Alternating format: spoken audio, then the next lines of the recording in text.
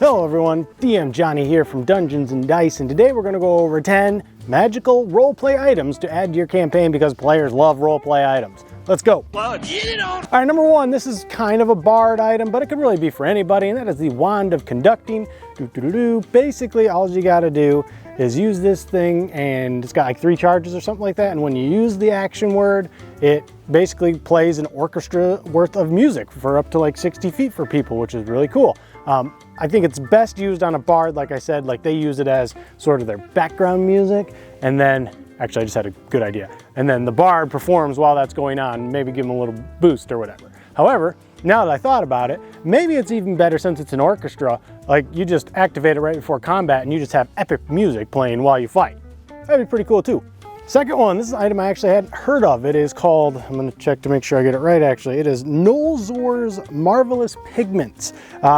Yeah, this does not require attunement, could potentially be very powerful. I would recommend giving one. You can roll up to a D4, do one, and what you can do with this, basically each tub has a paint, or has paint in it that you can get up to like 1,000 square feet of. So you can paint for 1,000 square feet, and whatever you paint, basically after 10 minutes or whatever, comes to life. So you can draw a door and a door will pop up. Draw flowers and flowers pop up. You can draw weapons and they'll pop up, but you cannot get anything more than 25 gold. So you can't make like real magic weapons. You could make like a dagger or a longsword, but nothing that's magical. And if you're like, well, I'm gonna make a big freaking fire in the forest, anything like that, also it will, like, the energy will be there, you'll see it, but it's more like an illusion and it'll slowly dissipate. You can't do any real serious damage with it. I guess if you painted over a building, you could completely convert the building, but I don't know. I would recommend giving one of these out, see what your players do with it. Any artist, or really, it doesn't say you need paint or supplies, so anybody that's willing to try it can do it. It takes 10 minutes for 100 feet and you get 1,000 feet per tub. Number 3 is a fun item. It's a normal shield, but it's called the Shield of Expression. So it still gives you the additional AC if you use it, but as a bonus action, you can hold this thing up and basically change what the expression of the face on the shield is. Happy, sad, angry, whatever. It's a good little role play item for in combat or even at a bar. You know, you're having a, I don't know, let's say you're having a drinking contest and you just kind of put them a sad face, happy face, laughy face, whatever. Again, it's something for someone that has a shield. It's a bonus action. They can actually do it in combat just to troll. Why not, right? Number 4, folding boat. I don't have a folding boat out there. My boats are currently still up because it's technically winter. Well, I guess it's spring actually, but still very cold. And the folding boat basically comes in a box, and basically as you open the box, you sprawl out this boat and then you put it into the water, and it can hold up to, I think it says 4 medium creatures. I normally do 5 because my party is typically 5. Again, you're the DM, you do your discretion, and then I'll kind of flavor it like a swan boat. That's just how I do it. It gives people the opportunity to do things out on the water, especially if they can't swim very well or they're in heavy armor. Also great for fishers. Fishing's been one of those things that's normally hit and miss in my campaigns, but a lot of people like to try it, and a boat helps with that. But if you want a bigger boat, so basically if you want, so the swan boat is like version 1, that's the first command word. And then you go into second command word, like, I don't know, Digivolve or whatever your command word is, and then it goes into like a big 24-foot longbow, and that's supposed to hold 15 creatures. But you got to make sure you have enough room on the, you know, it's not going to do you much good on a pond, but in a lake it'll do really good. So again, especially if it's like a campaign that has a lot of water, think about adding it. 5th item, going to be our first homebrew item, and that is just the Possessed Pen. You can use it as a normal pen, just draw, but if you leave it on its own, it is a little bit mischievous. It is possessed by a fey spirit, and it will typically, if you let it, it'll kind of float around and do its own drawings on, well, walls and things like that. So keep an eye on it, because some tavern keepers might not be too happy about it, but it's a fun little role play item and good for a distraction. But if you like magical items, we've got a Patreon, $1 a month. You get access to 30, almost 40 magical items. We're adding more every week, so check that out. Links down below. Appreciate you if you do.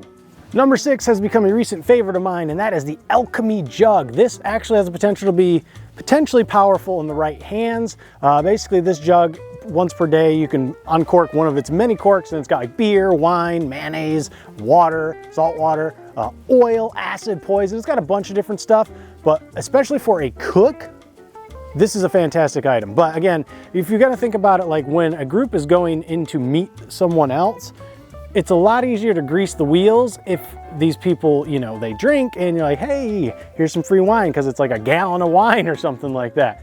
And there you go. It's gonna help you get what you need, maybe even get a little bit more of a reward.